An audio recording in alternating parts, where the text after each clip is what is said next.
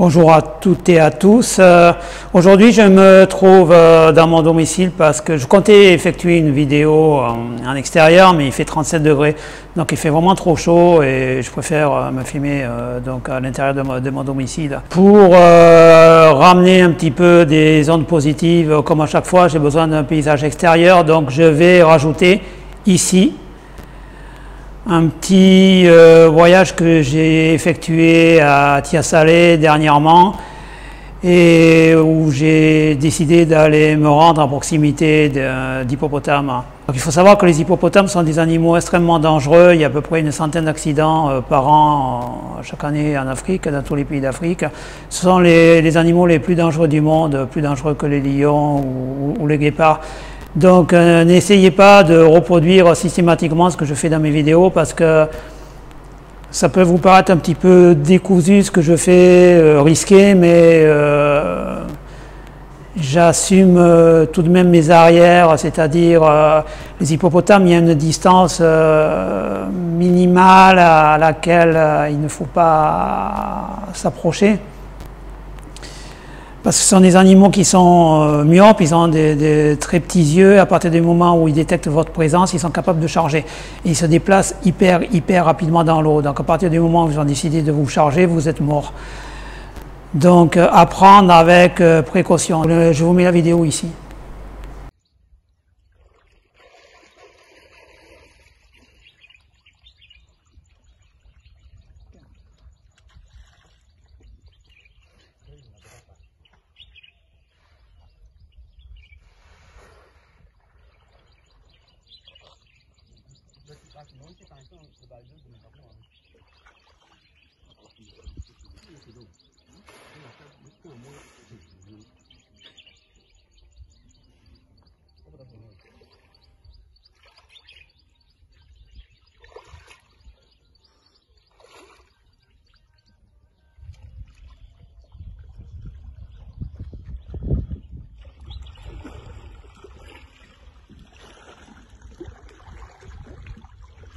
Donc à présent, ça fait 3 ans que j'ai appris que j'avais le cancer de la prostate. Alors aujourd'hui, on va faire une vidéo dédiée au mindset, la façon de gérer mentalement, psychologiquement, parce que c'est une gestion qui peut paraître relativement difficile si vous n'avez pas l'habitude de travailler votre mindset pour affronter certaines épreuves de la vie. Donc je vais vous livrer mes astuces, mes détails. Ça correspond à ce que je suis, ça correspond à ma personnalité, mais ma personnalité a évolué. Elle a évolué au cours des 3 dernières années. J'ai plus les mêmes peurs, je vois plus les choses de la même façon. Je vais vous détailler tout ça, d'accord? Donc je vais me replonger 3 années en arrière. Alors, je résume, hein, j'ai déjà fait quelques vidéos qui parlaient de ça. Donc on va essayer de résumer, de condenser, de se focaliser sur la partie mindset. Donc j'ai appris en très peu de temps, par hasard, regardez mes vidéos précédentes, vous comprenez de quoi je parle, que j'avais un cancer localement avancé. Donc ça m'a vraiment détruit psychologiquement et je me rappelle très bien que le jour où on m'annonçait ce cancer avec mon score de Gleason qui était 4+3 égale 7+, je suis sorti de l'hôpital, j'entendais plus rien, je suis allé dans un petit parc qui était en face, c'était dans un hôpital de Paris, je me suis assis dans le petit parc et je me suis dit voilà, c'est bon pour moi, je vais mourir parce que le mot cancer égalait mort et surtout ce qui était dur à avaler, c'était la mort lente. Lente, qui dit mort lente, dit dégradation du physique. Et ça, j'avais vraiment du mal à l'intégrer. Et j'avais du mal à le gérer. Il y a aussi le côté émotionnel. Vous vous dites, mais pourquoi moi? Qu'est-ce que j'ai fait? Est-ce que c'est une punition? Pour quelle raison? Alors, j'ai de suite stoppé court à toutes ces, à tous ces trucs négatifs. C'est-à-dire, pour ma part, je suis croyant, je suis mystique. Donc je crois en Dieu, je crois en la présence d'anges gardiens. Et jusqu'à maintenant, toute ma vie, si je suis honnête envers moi-même, si je ne me mens pas, on peut dire que j'ai toujours été protégé. Toujours, même dans les cas les plus difficiles. J'ai eu des cas difficiles comme tout le monde, j'ai eu des peurs de chômage, une fois je m'étais fait tabasser par un groupe de personnes quand j'avais 19 ans. Mais je m'en suis toujours sorti. Sans aucune séquelle, sans aucun problème.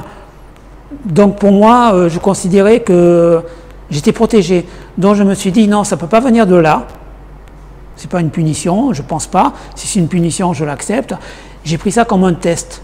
C'est-à-dire, souvent dans la vie, vous dites, je suis prêt à mourir pour telle idée, pour telle personne. Et là, je me suis dit, on doit me tester. Donc je dois faire mes preuves. Et donc, j'ai décidé de suite d'avoir ce mindset, non pas de soumission et d'acceptation, mais de combat. Ce qui peut vous aider dans votre vie, c'est votre passé. Par exemple, pour mon cas personnel, à 25 ans, je suis allé à Paris. Je suis originaire d'Avignon, pour travailler. Donc j'étais seul, j'étais perdu, je m'étais inscrit dans une école de boxe thaïlandaise. Mon professeur, c'était Putpadnoy. Il a été champion de Thaïlande pendant 3 années de suite dans les années 75. Et ce gars-là, comment vous expliquer? C'était un tueur. Vous arriviez, il vous montrait le sac, il vous disait tape dedans. Bon, pendant 1 heure, vous tapiez dans le sac, vous avez les tibias en compote, vous ne sentiez plus rien, vous lui disiez mais j'ai mal. Il disait tape. Vous alliez au revoir, vous disiez j'ai mal. Il te donnait une corde, il te disait saute.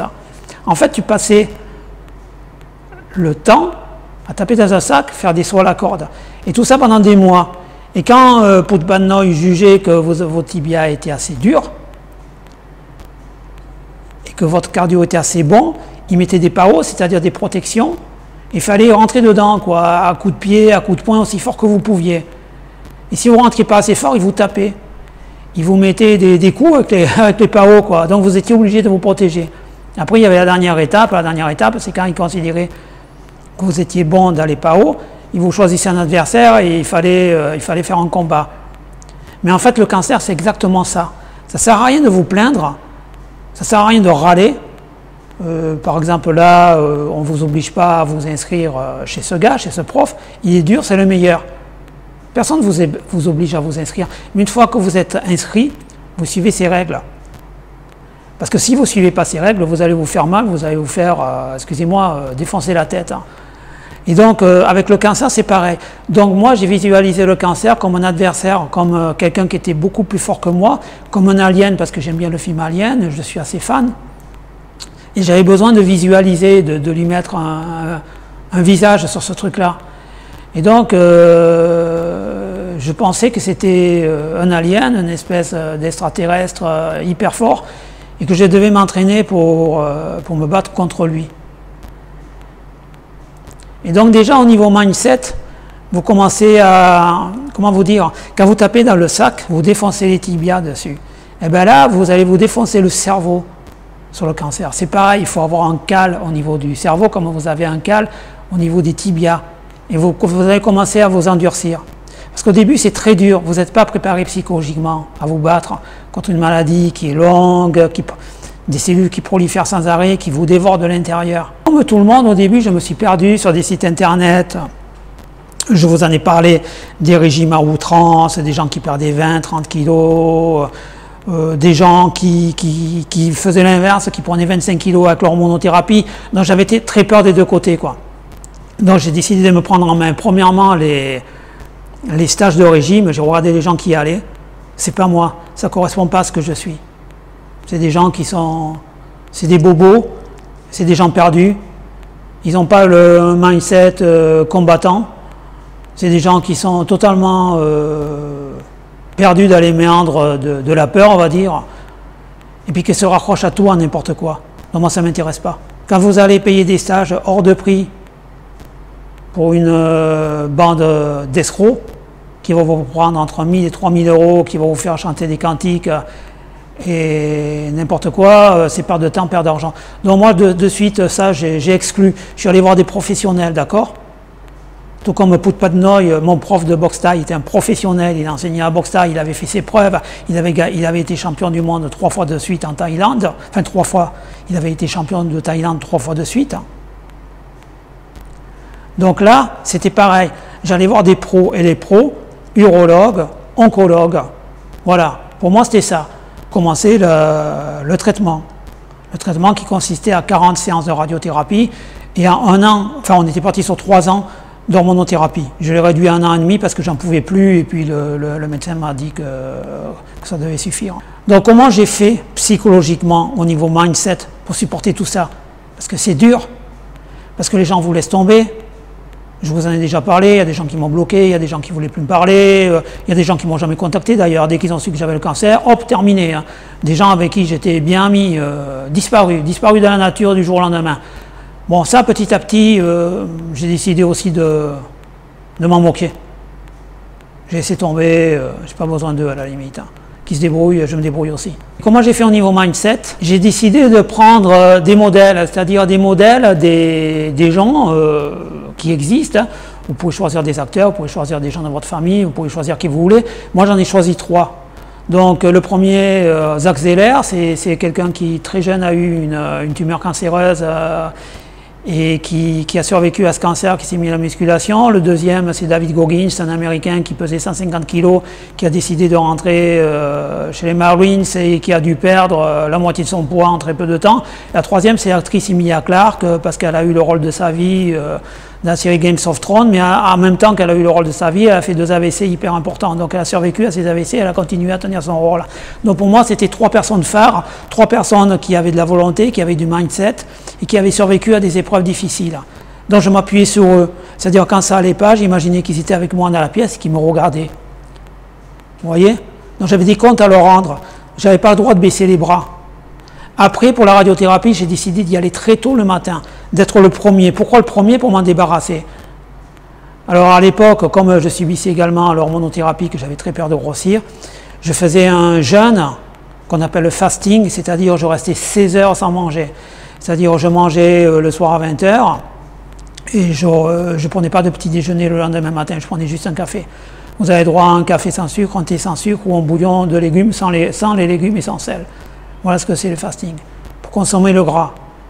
Donc moi j'avais des journées très marquées. Le matin je préparais mon corps parce qu'il y a une préparation, voir ma vidéo sur la radiothérapie. Ensuite, je prenais mon café, je partais très tôt à la radiothérapie. Après la radiothérapie, j'avais un petit moment où je prenais un café avec des personnes avec qui j'avais sympathisé, qui avaient le cancer comme moi, d'accord? Et ensuite j'allais à la salle de musculation. Bon, à la fin, ça devenait de plus en plus dur parce qu'avant d'aller à la salle de musculation, je devais rentrer chez moi parce que comme les rayons ça brûle, ben, vous êtes brûlé, vous êtes obligé d'aller à la fin souvent aux toilettes. Donc j'allais de la radiothérapie chez moi aux toilettes, je passais une demi-heure aux toilettes à me vider. Et excusez-moi, c'est cash, je parle cash. Quelquefois même il y a du sang, voilà. Donc vous allez paniquer, vous allez voir du sang, ben c'est comme ça. Hein. Mais malgré tout, j'allais à la salle de musculation, je faisais mes exercices, il était hors de question que je baisse les bras. Voilà comment je faisais. C'était au niveau mindset, un combat sans arrêt. Vous vous concentrez sur ça, vous devez vous fixer un programme. Alors c'est quoi le programme?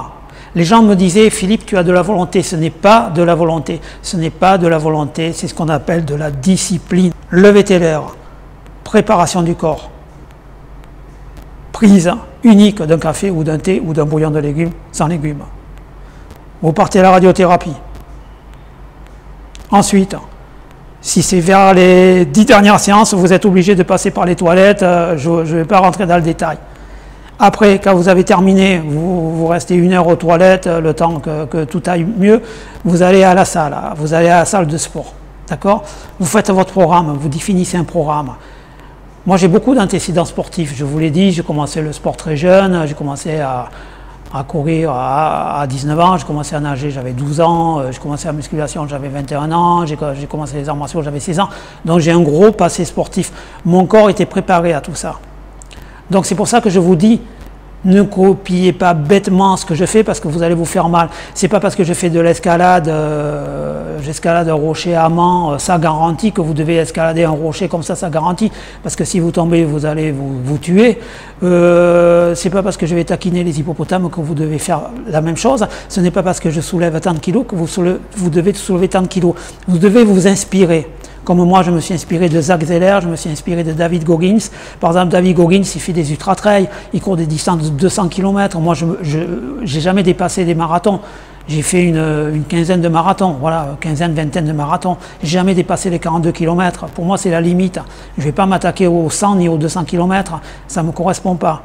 J'ai tellement développé ce côté mindset positif que j'ai constaté que depuis que j'ai eu ce cancer, depuis que j'ai travaillé sur moi, je n'ai plus le vertige, c'est-à-dire l'escalade que j'ai fait et que j'ai effectué il y a quelques mois, je ne l'aurais jamais fait, j'aurais été totalement incapable avant que j'ai ce fameux cancer. Parce que j'avais le vertige, je ne l'aurais pas fait, voilà, je ne l'aurais pas fait, j'aurais eu peur. Donc vous voyez qu'il n'y a pas que du négatif. N'écoutez que vous.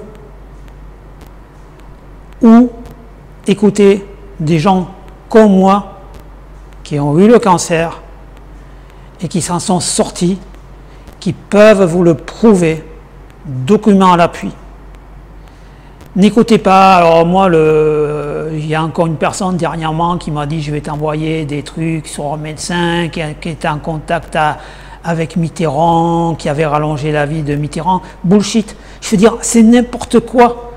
C'est des légendes pour les petits garçons, pour les petites filles. Au bout d'un moment, il faut être adulte. Depuis quand, dans le monde, on guérit comme ça, en claquant des doigts, sans souffrir? Depuis quand, dans le monde, on s'enrichit comme ça, sans prendre des risques? Ou alors, peut-être en étant malhonnête, je ne sais pas. Mais même être malhonnête, c'est prendre des risques de se faire attraper. Depuis quand on devient bon dans le sport sans s'entraîner? Ça n'existe pas.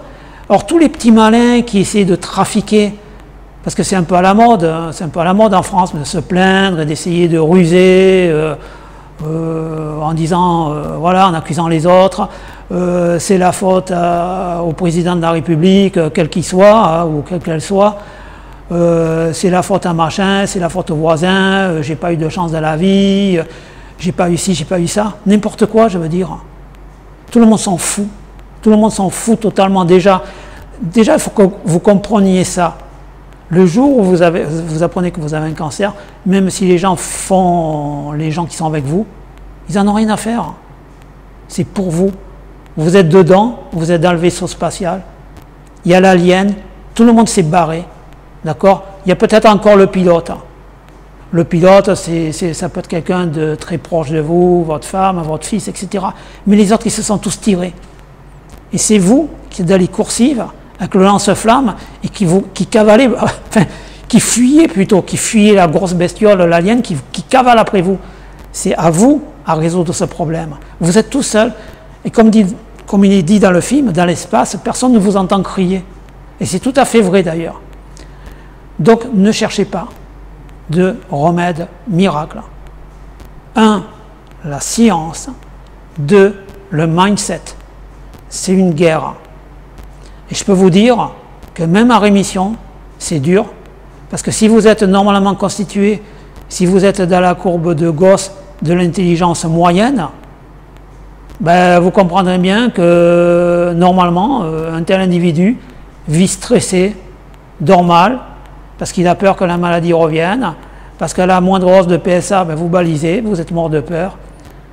Voilà moi où j'en suis. Alors ce que je vais faire pour vous prouver tout ça, pour vous faire du live, j'attends quelques jours, un matin que je vais me lever, que j'aurai mal dormi, que j'aurai été stressé, que j'aurai pensé à ça dans la nuit, que je suis faible, je vais me filmer et je vais vous montrer comment j'agis. C'est-à-dire je vais me punir. C'est-à-dire mon cerveau essaie de prendre le dessus sur le corps en disant « Oui Philippe, tu es inquiet, tu as peur que le cancer revienne, etc. Tu as des mauvais souvenirs des traitements, tu as des souvenirs des douleurs, etc. Tu as des souvenirs du stress. Repose-toi. Je vais vous montrer qu'il ne faut pas écouter le cerveau. Il ne faut pas l'écouter. C'est à vous à le dominer. Votre volonté, votre discipline va dominer cette voix intérieure. Je vais vous montrer comment je fais, comment j'agis, comment j'interviens et comment je vais me punir, entre guillemets, comment je vais réagir. Et c'est comme ça que vous devez faire. Oui, alors les excuses aussi, ne vous cherchez pas d'excuses, ne vous cherchez pas d'excuses, ça ne sert strictement à rien. Vous savez, les excuses du style, oui, j'étais à l'âge, je suis trop vieux pour faire du sport, n'importe quoi. Là, j'ai eu 59 ans, d'accord? Une petite histoire pour terminer, ça va être rapide. C'est une personne qui n'est pas bien, en fait, elle vit quelque part en Asie, puis ça va pas, dans sa tête elle est malheureuse, ça va pas, elle a tout le temps des problèmes, elle a des problèmes avec son employeur, des problèmes de santé, des petits problèmes de santé, bref, ça va pas. Donc il y a quelqu'un qui lui dit tu devrais aller voir tel sage, il vit dans la montagne là-haut, donc le gars il dit ok je vais aller le voir, il prend son bardin, son sac à dos, il crapahute, il passe la barrière de neige, etc. Il arrive dans une grotte et il y a le vieux sage, il dit au vieux sage voilà je vais vous parler, l'autre lui dit ok vas-y parle, je t'écoute. Alors le gars raconte ses malheurs, j'ai mal ci, j'ai mal là, ça va pas, ça, ma copine m'a laissé, ça je suis malheureux, machin, machin. Ok, le vieux sage il bouge pas, il dit rien. Il va chercher un petit sac, et il sort une espèce de produit blanc, un peu comme du sable, il le met dans l'eau, il dit bois. L'autre il boit. Il boit, il crache tout par terre, il dit mais c'est dégueulasse, c'est quoi ce truc, c'est du sel? Le vieux il dit ouais alors c'est du sel, je te l'ai mis dans un verre d'eau, tu aimes? Il dit mais non c'est mauvais. Il dit ok, maintenant regarde bien, il prend exactement la même quantité de sel. Il dit viens avec moi, suis-moi. Ils marchent pendant 1 heure, ils arrivent dans une cascade. Et au pied du cascade, il y a un lac. Donc le vieux sage, il prend le sac rempli de sel, il le balance dans la cascade qui se jette dans le lac, il va voir l'autre pleurnichard. Et puis il lui dit bois l'eau. L'autre il boit l'eau, il dit ouais, elle est super bonne, j'ai jamais bu une eau aussi bonne. Le vieux il le regarde et lui dit mais il y a eu la même quantité de sel dedans. T'as compris maintenant? L'autre il a compris, oui. C'est-à-dire il faut savoir diluer ses malheurs dans les choses positives. Voilà, c'était une petite vidéo sur le mindset positif. Donc on résume. Le jour où vous avez le cancer, là je sais qu'il y en a parmi vous, ils sont au même stade que moi, ils sont en rémission, d'accord, ça vous concerne aussi. Il y en a, ils sont guéris, tant mieux pour vous, je suis vraiment heureux pour vous. Il y en a, c'est quelqu'un de leur famille, conseillez-leur de regarder mes vidéos, même s'ils ne sont pas sportifs, même s'ils n'ont pas un mindset de fou. Pour les autres, là, vous venez d'apprendre que vous avez un cancer il y a 1 mois, 2 mois, 3 mois, vous êtes en radiothérapie, vous êtes en hormonothérapie, vous êtes en chimiothérapie. Ok? Donc, suivez le protocole. C'est dur, évidemment c'est dur, je suis passé par là. Je peux en parler, je peux témoigner, je pourrais en parler pendant des heures des souffrances que j'ai eues, psychologiques, physiques, mais ce n'est pas le but, je veux dire, je n'ai pas envie de me plaindre devant vous, il n'y a aucun intérêt, moi j'essaie d'apporter des solutions au truc, d'accord? Donc, pensez, il faut que vous fassiez un cal dans votre cerveau, comme moi avec mes tibias contre les sacs de frappe, là chez Poudpadnoï, il faut faire un cal dans votre cerveau, il faut vous endurcir le cerveau, vraiment dur, entraînement militaire, routine et discipline. Discipline, levez tel jour, telle heure, essayez d'aller tôt en radiothérapie, allez faire du sport. Vous n'aimez pas la musculation, moi je comprends très bien, ben, allez nager, allez faire autre chose, allez marcher. Pour répondre à des questions que je sais qu'on va me poser, est-ce que malgré tout ça, tout ce que je vous apprends, j'ai encore des coups de déprime? Oui. Moi je suis un mec franc, oui. J'en ai encore, bien sûr j'en ai encore, je suis comme vous, je ne suis pas différent. Même le plus dur des mercenaires, il connaît la peur, même au bout de 10 ans, même au bout de 15 ans. La personne qui vous dit qu'elle n'a pas peur, c'est qu'elle ment. Bien sûr j'ai toujours peur, bien sûr j'ai toujours des cours de déprime. Et c'est pour ça que je vous dis que la prochaine fois que j'aurai une déprime, je vais me filmer en direct, je vais vous montrer comment je le gère. Voilà. Donc comme d'habitude, croyez en vous et surtout ne lâchez rien, n'écoutez pas n'importe qui.